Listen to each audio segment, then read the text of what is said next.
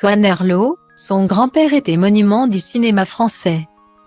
En 2018, Swan Arlo a connu la consécration. À l'époque sort Petit paysan, un long-métrage d'Hubert Charuel, dans lequel le comédien incarne Pierre, la petite trentaine, éleveur de vaches laitières. Le film est un succès, et la prestation de Swan Arlo saluée, au point de récupérer le César du meilleur acteur. Une consécration pour l'acteur alors âgé de 37 ans, qui, apparemment, va devoir s'habituer à faire des discours. En 2020, donc 2 ans plus tard, Swan Arlo reçoit le César du meilleur acteur dans un second rôle après avoir joué dans le bouleversant Grâce à Dieu. De quoi, très certainement, fait la fierté de sa famille. Il faut dire que Swan Arlo est issu d'une jolie dynastie d'artistes.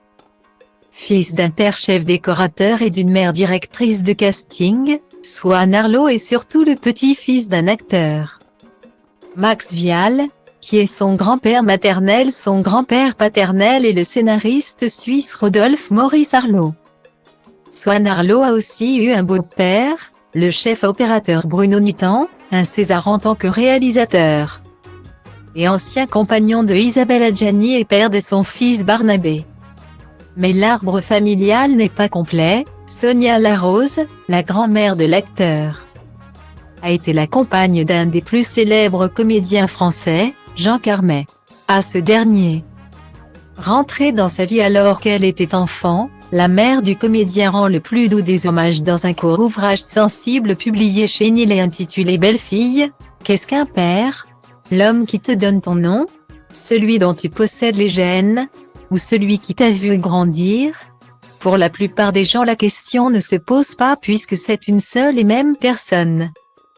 Quant à moi, aujourd'hui encore je suis incapable d'y répondre, écrit-elle notamment à propos de celui qui, jamais, malgré leurs relations parfois chaotiques, ne l'abandonnera. Un grand-père par alliance pour Swan Arlo qui le connaîtra minot avant sa disparition en 1994. S'est-il inspiré de lui pour interpréter ses personnages? C'est à lui que je pense aujourd'hui, disait-il en tout cas à son propos, à la sortie de Ni le ciel, ni la terre.